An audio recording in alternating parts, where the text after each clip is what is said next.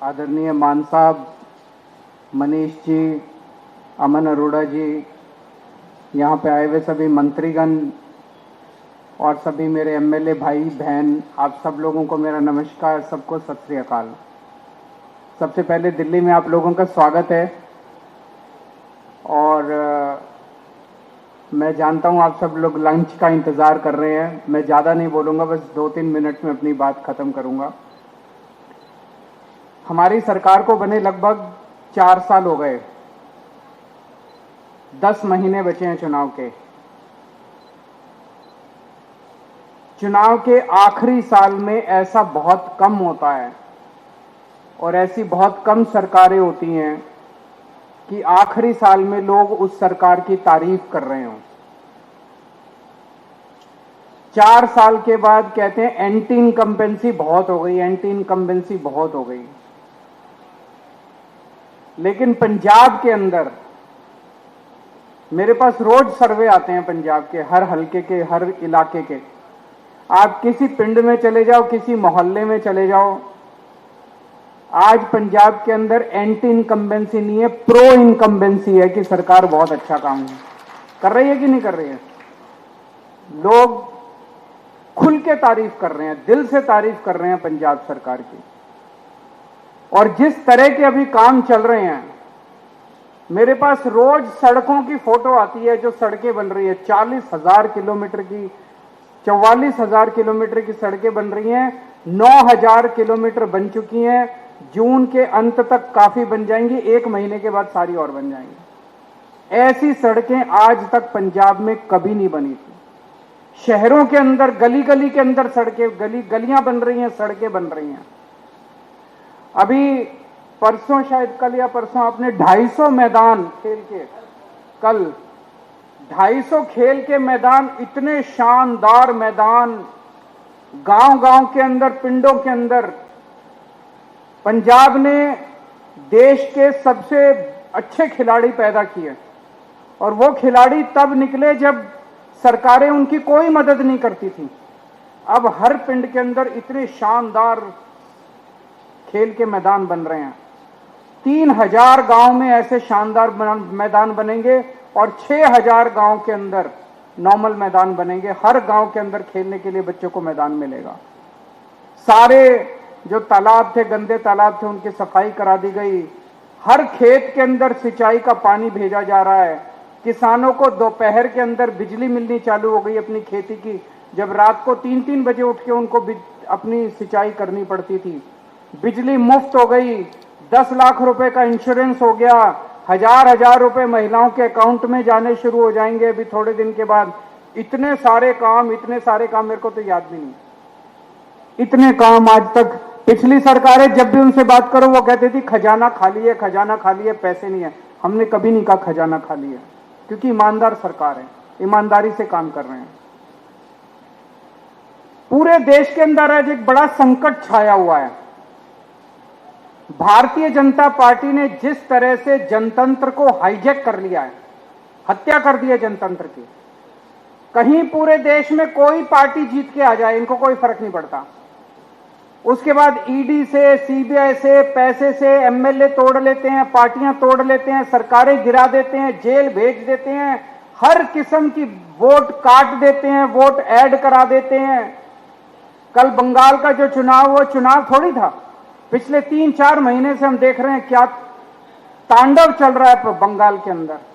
उसी तरह से उन्होंने बिहार के अंदर किया, उसी तरह से उन्होंने महाराष्ट्र के अंदर किया, उसी तरह से मेरी अपनी विधानसभा, दिल्ली विधानसभा जहां पे हम बैठे हैं अभी, जब मैं जेल गया उसके पहले इस विधानसभा में 1,48,000 वोट थे। जब मैं लौट के आया उसमें 1,06,000 वोट बचे थे। 42,000 वोट इन्होंने 6 महीने के अंदर कटवा दिया।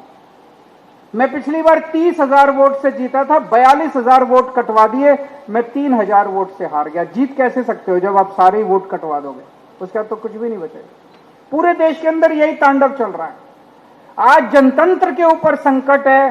जो हमारे शहीदों ने अपनी जान कुर्बान करके, भगत सिंह ने, सुभाष चंद्र बोस ने, जो हमारे देश के स्वतंत्रता सेनानियों ने अपनी जान कुर्बान करके शहीद हमें आजादी दिलाई थी, आज उस आजादी के ऊपर संकट आया हुआ है।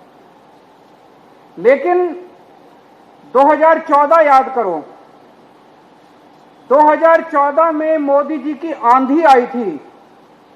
मई 2014 में जब मोदी जी की सरकार बनी थी तो आंधी चल रही थी। उसके बाद जितने चुनाव हुए, मई के अंदर देश का चुनाव हुआ, उसके बाद हरियाणा का चुनाव हुआ, जीत गए ये लोग, महाराष्ट्र का चुनाव हुआ, जीत गए लोग, झारखंड का चुनाव हुआ, जीत गए लोग। जहां चुनाव हुए ये लोग जीतते चले गए, जीतते चले गए, जीतते चले गए। फिर फरवरी 2015 आया, दिल्ली का चुनाव हुआ और दिल्ली के चुनाव में 70 में से 3 सीट आई भारतीय जनता पार्टी की। तो वो जो रामायण के अंदर एक कहानी है कि अश्वमेध का घोड़ा, भगवान राम ने अपना अश्वमेध का घोड़ा जब वापस आए, अयोध्या के राजा बने, अपना अश्वमेध का घोड़ा छोड़ा कि ये घोड़ा जहां जाएगा वो भगवान राम की जमीन हो जाएगी। और लव और कुश, उनके दोनों बच्चे, जिनका मंदिर अमृतसर में है, वहां पे जब भगवान राम का घोड़ा पहुंचा अमृतसर में, उन्होंने दोनों बच्चों ने उस घोड़े को रोक लिया और तब से कहा जाता है कि अश्वमेध का घोड़ा रोकने वाले लव और कुश थे।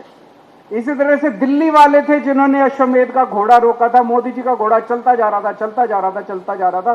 दिल्ली वालों ने अश्वमेध का घोड़ा रोका था, आम आदमी पार्टी ने अश्वमेध का घोड़ा रोका था। आज मैं बड़ी जिम्मेदारी के साथ कह रहा हूं, अभी भी आंधी हो गई है। ये लोग सारे चुनाव, असम जीत गए, बंगाल जीत गए, बिहार जीत गए, महाराष्ट्र जीत गए, दिल्ली जीत गए, जहां देखो ये जीतते जा रहे हैं। अगली साल फरवरी के अंदर जब पंजाब के चुनाव होंगे, इस बार अश्वमेध का घोड़ा नहीं रुकेगा। पंजाब के चुनाव के बाद मोदी सरकार गिरेगी, देश के अंदर मोदी सरकार का अंत पंजाबी करेंगे, मोदी सरकार का अंत पंजाब के लोग मोदी सरकार का अंत करेंगे।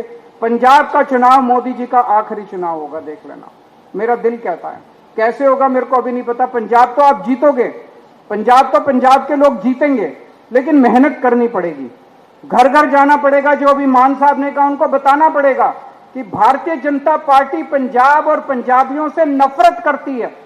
एक काम नहीं किया इनके पास, तो इतनी पावर है, सेंट्रल गवर्नमेंट इनके पास है।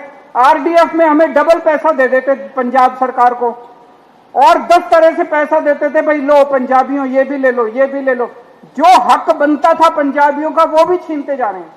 कह रहे हैं अगर इनकी सरकार आई तो पंजाब का पानी सारा हरियाणा को दे देंगे, इनकी सरकार आई भाखड़ा डैम ये हरियाणा को दे देंगे, इनकी सरकार आई चंडीगढ़ उठा के ये हरियाणा को दे देंगे, इनकी सरकार आई ये पंजाब यूनिवर्सिटी हरियाणा को दे देंगे, इनकी सरकार ये तीनों काले कृषि कानून पंजाब के अंदर लागू कर देंगे। ये हमें बताना पड़ेगा कि अगर पंजाब के अंदर बीजेपी की सरकार आ गई तो ये तहस नहस कर देंगे, पंजाब को रौंद डालेंगे।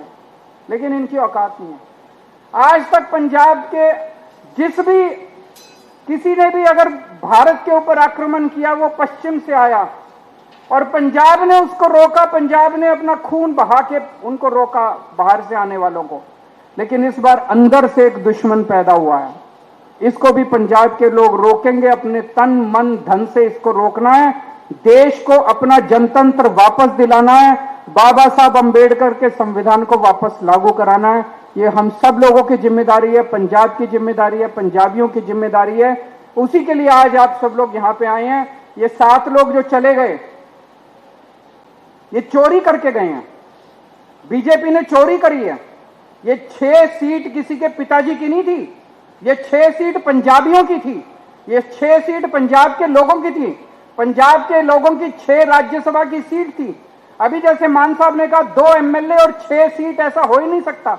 तो पंजाब के लोगों की 6 राज्यसभा की सीट के ऊपर डाका डाला है बीजेपी ने, उसका बदला अब अगली साल फरवरी के महीने में लेना। बहुत बहुत शुक्रिया।